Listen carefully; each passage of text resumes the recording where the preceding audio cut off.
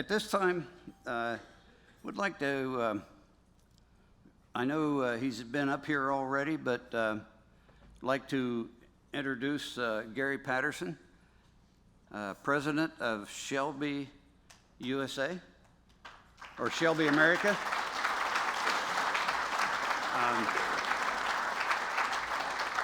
We didn't know if we could get Gary here, but we decided to try, and he's here.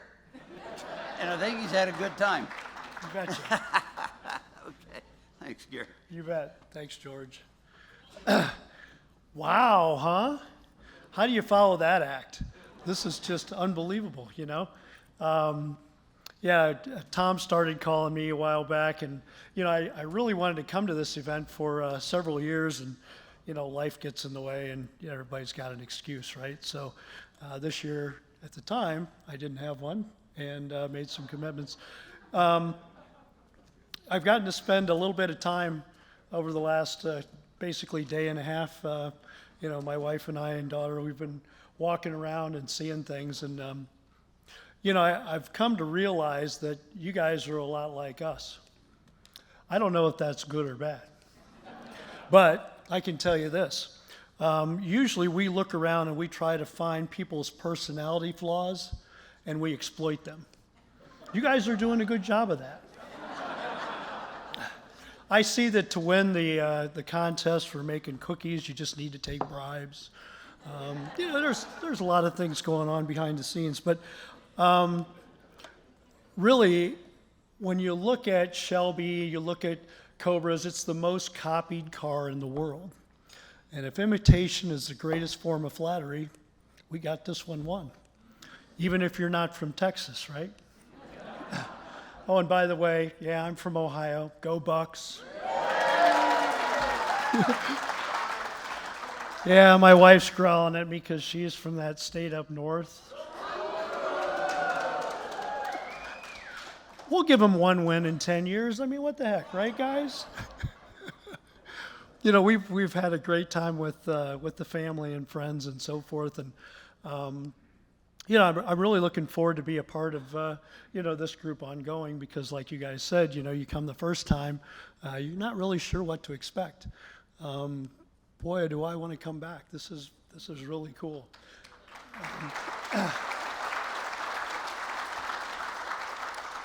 You know, it's very clear to me that you guys have had a lot of damn fun. And that's what we try to do at Shelby as well. So with that, we'll go ahead and kind of get started. I want to share a little bit about, I mean, who is Gary Patterson, right? You know, a lot of you don't know what I've done or where I'm coming from. I said I'm from Ohio. I am. So Findlay, Ohio, my parents still live there. Love seeing those guys. And yeah, that was taken a few years ago.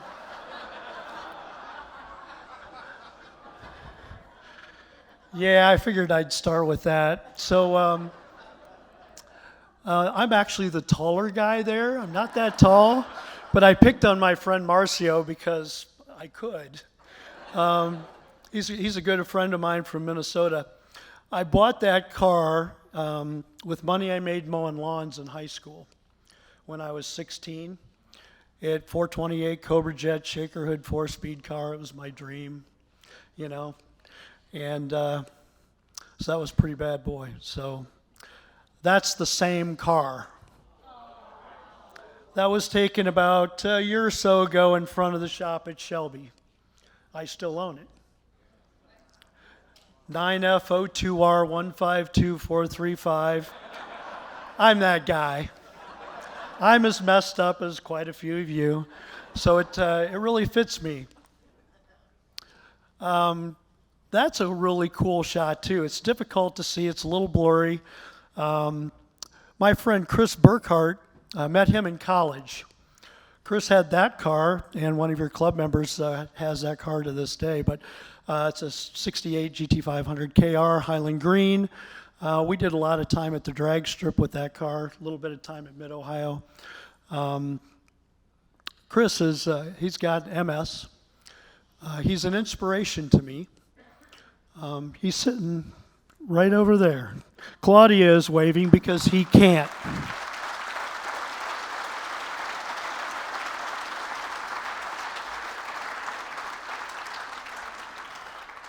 So not to tell on him, but he's a quadriplegic. He has been for nearly 30 years. He's my inspiration because you can't have a bad day. You think about what he does. He could make any excuse not to do a job. He works on a voice-activated computer. He sells insurance. He's, gone out of his way. He makes life happen despite his handicaps. And I treat him still like the college buddy that he always was to me. I take him, when he gets help, he comes down to Las Vegas, where I'm from. I take him down those handicap ramps and I let him go. I'm that guy. He can tell you that. And when I get right to that concrete wall at the end where they make you the U-turn, I catch him and stop. And then I listen to him, and he can't talk very loud, and he says something very derogatory for me. But anyway, he's an inspiration. He also, he sold that car in part to buy a Cobra. So if you saw number 28 out there today, it was driven by Josh, a good friend of ours. I met Josh, I don't know, 20 years ago. He was still in high school. And he became Chris's friend as well, and it was his dream to have a Cobra, and of course, a lot of people can't attain that dream. Chris made sure that Cobra that he bought was here, and Josh was able to give rides all day so that those of you could enjoy it. So, Chris Burkhardt.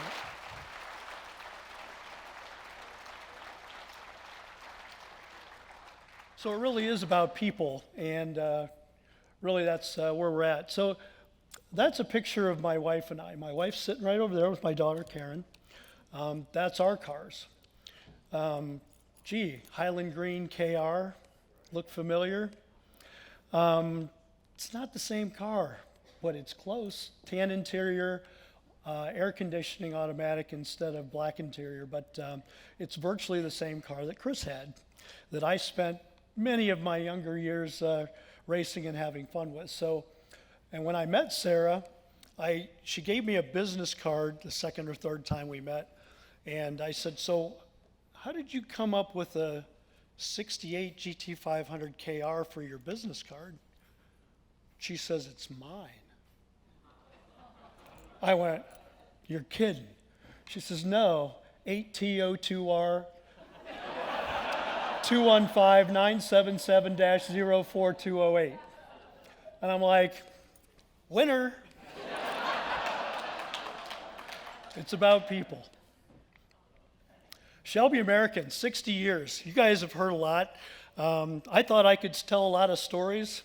Then I met George. Yeah, well, it's one of those deals, right? Yeah, he's done a lot of the things that are still on my bucket list. Little history of Shelby American. I think, how many of you guys actually ever met Carol Shelby? Okay. Yeah, quite a few of you, actually. There was a lot to admire Carol for. I worked with him the last 16 years of his life. The only man still in history or person in history in the world to win Le Mans as a driver, a manufacturer, and as a team leader. The only one to do all three. So a remarkable guy. He gets speeding tickets, and his dad was old Dodge, and he trained fighter pilots in World War II, so that's pretty cool. He was always talking about aviation.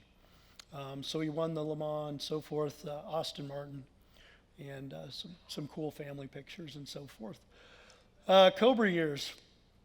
Yeah, that's the iconic car that beat Ferrari. You guys saw the movie, right? Yeah. If nothing else, when you went to Texas, you've seen it the last 4 years. Guess if you can't get it right the first time, anyway.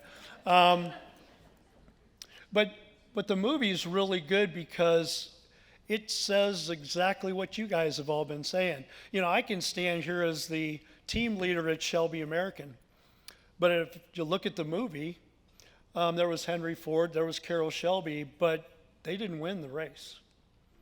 It was a lot of people behind the scenes that put that team together to win the race. It was the Phil Remingtons and the Ken Miles and all the other guys on the team. If you look at this group, you know, how many of you guys have a story that goes with your car? All of you, right? And it probably didn't start with just it started with we in some regard. Somebody else helped you with the car, put it together, do everything, or if you're really crazy and you own one but you can't drive it, you get somebody else to drive it, right, Chris? So at any rate, you know, good stuff. But it's really about people, and it's the team of people. The Ford years. So for the racing, 65, 73, one of the big things, so if you look at the number one car that won Le Mans, the only thing that Enzo had to say at the end of the 66 race that was anyway derogatory was he said, well, yeah, but some of the car was designed in Europe, and you know, you had a couple drivers that were from Europe, so, you know, it was really, okay, so that car was American car with American drivers, and we won again. And then we won again the next 2 years, 4 years in a row. So take that, Ferrari. The Dodge years. Carol and I had a disagreement about that whole thing, but the Dodge cars were pretty fun and exciting, and you know, the Viper was something that I've really enjoyed driving over the years. The first ones were pretty crude, but the last ones were pretty fast on the track. If any guys got to drive a Viper, you know, they were pretty good cars. Carol called the other ones his little pocket rockets. I called them something different. We had a disagreement. Reinventing Shelby American. So 90 to 2004, we got moving with our own brand of continuation cars with the Cobras. We built the Shelby Series 1 from scratch in 1999, all carbon fiber body, honeycomb aluminum chassis. I did a lot of the test and development driving for that car, but it was clearly a team of people that put that together. Almost didn't happen. I could go on for the next 3 or 4 days talking about that. You guys would fall asleep, and so would I. There's the prototype of the original Ford GT program in 2005. That was actually finished in 2002, so that's pretty cool. The modern pony car years, you know, what put us back on the map was getting back into the cars again. In 2005, we went to, me and the president at the time, went to Ford Motor Company. We pitched them on a deal. Carroll had already licensed the name GT500 for Ford for them to use. They weren't real interested in what we were doing, and so we were building the continuation Cobras, which we liked. But we were very fortunate. One of the cars that we pitched was the rental car. And Hertz called a couple weeks later, and they wanted one, and Ford had to say, well, we don't own the rights, but Shelby does, and they got a pretty cool car, so maybe you want to talk to them. We built 500 of those in 2006, and instead of looking at it as just a regular rental car, it made the cover of automobile magazines, made a lot of press. People didn't want to rent it, they wanted to own it. That got us the Shelby GT program, the white car that Carol's leaning against there. A lot of people don't realize that car won SCCA F-Stock National Championships 3 years in a row. So it wasn't just 65, it wasn't just the old Cobras, we're winning with the newer ones too. We also came out with the Super Snake in 2007. You know, when the GT500 came back out, hard to believe, 500 horsepower in a supercharged Mustang. Believe it or not, that was a lot back in 2007. So what could we possibly do to that? So we did our own, you know, recipe on it.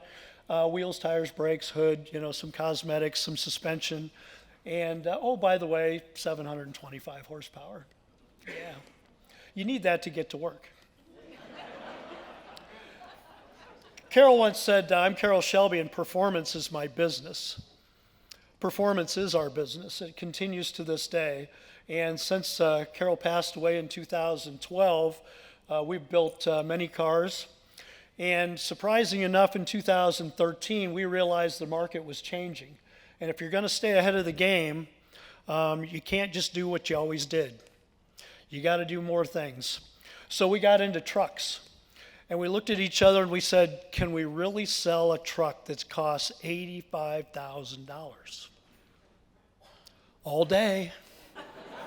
Every day. Yeah, and sometimes they jump a little bit in the sand. Photoshopped, of course. No, it's not. Actually, that's a real one. We had a lot of fun. You guys have a lot of damn fun. I saw that out there.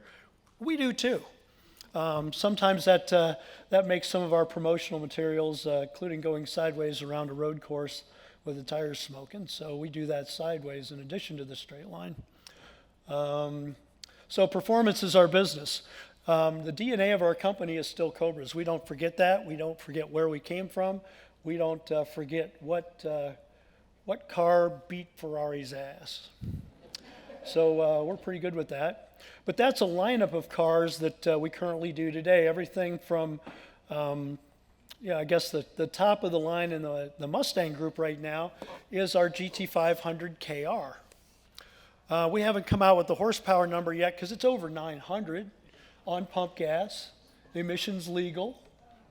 Boy, you gotta like today's technology, right? We've come a long way in 60 years. But and then a whole host of other things. The Super Snake cars make 825. We've got trucks. We've got diesel trucks with over 1,000 pound-feet of torque. We've got 775 horse Shelby F-150s. We got a little short box single cab one that does 0 to 60 in 3.45 seconds. You know what? I love that. I was in Tulsa, Oklahoma a couple weeks ago, and we were showing off some of the trucks, and the lady that does the commentary for the TV show, she's got a Camaro. I know she's got a Camaro.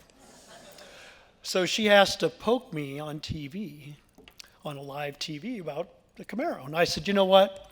I said, we love Camaros. They look really good in the rearview mirror.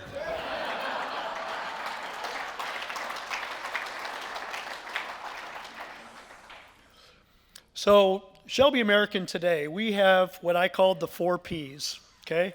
So 5.5 years ago when I was able to be the guy that took over the corner office, we focused on those 4 Ps, and that's people. People are always first. Without it, you don't have anything.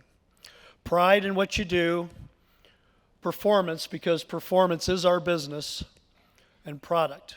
Without the good product, nobody wants it. So that's the team of people that we have. A lot of those are Team Shelby members. You see some key people in there as well. Many Team Shelby members. We were just at Carlisle, Sarah and I, earlier this month. They set a new record there on the fairgrounds with 3,454 cars, of which 540 were Shelbys. Not a bad showing. But those are some of the team members there. You've got, Jim Owens, and you see Henry Ford III in that picture. But the most important people is everybody else that's in that picture too. People just like you and I. So that's the Mustang lineup. I won't go through that in detail, but you can certainly see it on our website, shelby.com. Performance is our business. Those vehicles that you've seen up to this point, they're all hybrids. They have been for 60 years. They burn gas and rubber.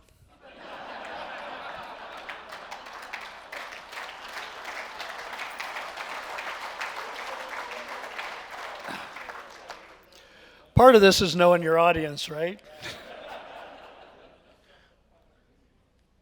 So the KR, we auctioned out the first one off at Barrett-Jackson. That's a placeholder car. Actually, Sarah and I have that one, but it was auctioned off for charities of JDRF and the Carroll Shelby Foundation, and that car raised over $700,000 for those two charities on that particular day. So, as you guys have done for years, almost $2 million, I hear, right? I mean, thank God for all of you guys. Are really unbelievable. And CF, can't thank these guys enough. for what you guys do with those kids and everything else. You know, when you get to a point where you can give back, that's huge. And so we're proud of that too. Uh-oh, what's that? We also showed at the SEMA show the Mach-E concept that we did at Shelby. So let's talk a little bit about that. For those of you that didn't know Carol very well, Carol was always about innovation. He was always about trying new things. Some of them worked. How many can remember back a long time ago, 68, Carol Shelby actually fielded, never got in the race, but got to tech inspection. He might have been cheating a little bit. 2 Indy cars powered by turbines. So some of you may remember the Indy cars actually for 2 years ran turbines, and Parnelli Jones almost won the race overall. Only like a $2 part in a gearbox failed 2 laps from the finish that kept him from winning. But turbine cars were going to be the future. So what did they do? They outlawed them. But that being said, Carol wasn't afraid to try it. We also, in 2003, we had a Cobra that we worked on with Jim Heffel at the University of California, and it ran on hydrogen. So that was an interesting car. I drove it a couple times. Didn't make sense to me. At the time, it didn't make sense. That doesn't mean it won't in the future sometime. But that car, it made about 30% less horsepower than a gasoline engine. That's a deal breaker for me. It also had that hydrogen bomb fuel cell in the trunk. That was a deal breaker too. But in 2011, the year before Carol passed away, we actually have him on tape, and he was talking about the future of vehicles and powertrain and so forth, and how excited he was to see where that future would go. And he mentions electric cars in that particular thing, and he said, you know, not sure if that's the answer. I don't think any of us are still sure about that, right? But you can bet Carol Shelby would try it, and he would experiment it, and so we're going to do that today, and we're learning about powertrains now, and does this make sense? What are the limitations? I think we saw electric-powered Cobra today at the drags, right? That's pretty cool, right?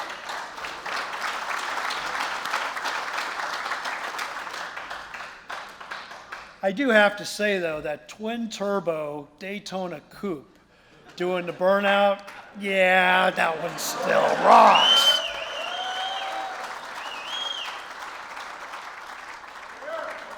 But we're going to play with that car. It's got kind of a Daytona Coupe air intake in the front. It's got a whole carbon fiber front that we designed. And what's hard to see in that particular picture is the air all exits out of the hood, keeps the front end down and so forth, just like the Daytona Coupe. So back to the future, but we're looking forward, and we're going to see where this takes us. The F-Series lineup, we talked about that a little bit earlier. Really cool stuff. Heritage vehicles. So yes, you can still buy CSX 4000s, 7000s, 8000s. Didn't see a lot of those out there today, but there's a few. And we appreciate you guys, but we appreciate everybody, because really it's a passion for motorsports and so forth, and really a celebration of what we all did in the 60s. So next ones. You know what? That was Carol's favorite. We used to talk to Carol, and you'd pick him out in the museum, and we'd point to CSX 2000, which was the first Cobra ever built. And we'd say, what about that one? What about this one? And he'd say, Gary, he says, it's really the next one. And when you think about it in life, that's the right answer. It's what's next. We can talk about the past and so forth, but really we celebrate the future, and we look out the windshield, not the rearview mirror. So a lot of you guys are, if I look at the Cobras, right, that are out in the parking lot today, I see a lot of them with some new technology in them, right?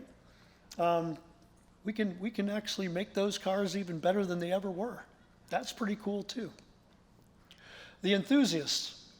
That's another great picture. We work very carefully with Ford. I'm with the guys at Ford at least a week a month now. That's going to get probably even more common. And so we're real proud of what we're doing in the partnership with Ford. Aaron Shelby's Carol's grandson. He's very involved with the company. He's on the board of directors and a real enthusiast and so forth. He accompanies me, and occasionally we bring some other team members. So we've got a bright future. That particular picture is pretty cool to me. That was taken at Goodwood in 2015. That is all 6 of the original Daytona coupes in one spot. Yeah, so that had never happened before. Why? Well, some of them were made in Europe, and some of them were in the States, and they never had all 6 together in one spot. And all 6 of them are very unique, and they always were. There's no 2 alike. So part of the blessing and stuff of Cobras is whether you've got a continuation car, whether you got one that was built in the 60s, whether you got, something that's what you guys typically drive, none of the 2 of them are the same. That's pretty cool. Those 6 Daytona coupes, they weren't the same either, but they won the world championship, right? Pretty cool stuff. That was one of my favorite pictures because I'm sitting in a 289 FIA Cobra on the starting grid at Goodwood, sadly in the passenger seat. I got close when we did some parade laps, and we were staged right behind the 6 original Daytona coupes. That was pretty cool because when they let the cars go 2 at a time, there was the 2 Daytonas took off. 20 seconds later, the second group takes off, then the third, and then we got to go. And nobody told Wizzo, okay, because everybody's got a nickname, right? Wizzo was driving the car we were in, and he was a pro driver. Nobody told him it wasn't a race. He won championships over there. I'm literally, sitting in the seat. 289 FIA, as you guys probably know, has got the little roll bar for the driver. Yeah, just the driver. I'm in the passenger seat. So I'm holding on to the down bar that goes right next to it, and I'm hoping that this guy knows what he's doing. And he goes into turn 1 at Goodwood, and he pitches the car sideways with the Avon tires, and he's got her flat to the floor in 4th gear, wide open. And I'm like, he looks over at me and he goes, "You all right?" And I'm like, "Yeah!" So we had a good time when we passed all 6 Daytona coupes.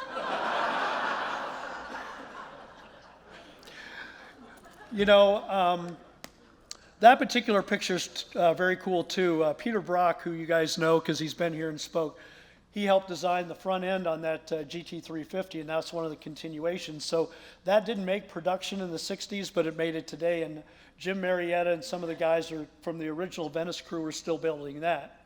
Don't have a picture of it, but I wish I did for the presentation. That was the beginning of a 4th of July parade through Oslo, Norway.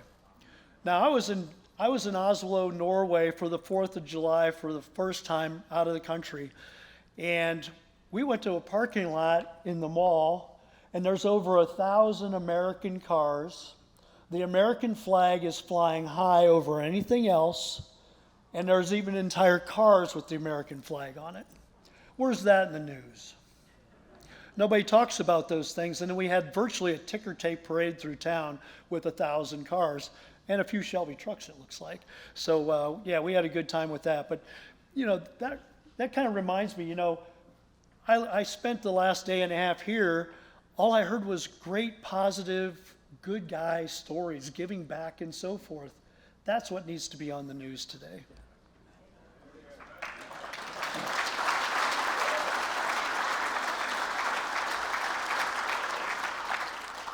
Which reminds me of this picture. So I was at Le Mans. That's a 2000 series Cobra. It was a roadster. It was wrecked. Carol gave Robert Sarai, who is the guy that's farthest to the right in that picture holding the helmet, he gave him permission to rebody that car as a Daytona. It's got aluminum Daytona body on it. We did some parade laps with it. But that wasn't the biggest thing that happened to me that day. When I was standing there, 2 Frenchmen came up to me, and I was wearing the shirt that I had on earlier today. Okay, hard to miss Gary with 98 on the shirts, American flag here, the big cobra snake on the back. I'm an American. And the two guys came up to me and they said, sir, we assume you're from America, you have something to do with the company. We would like to thank you for your ancestors helping keep us free. Where's that in the news?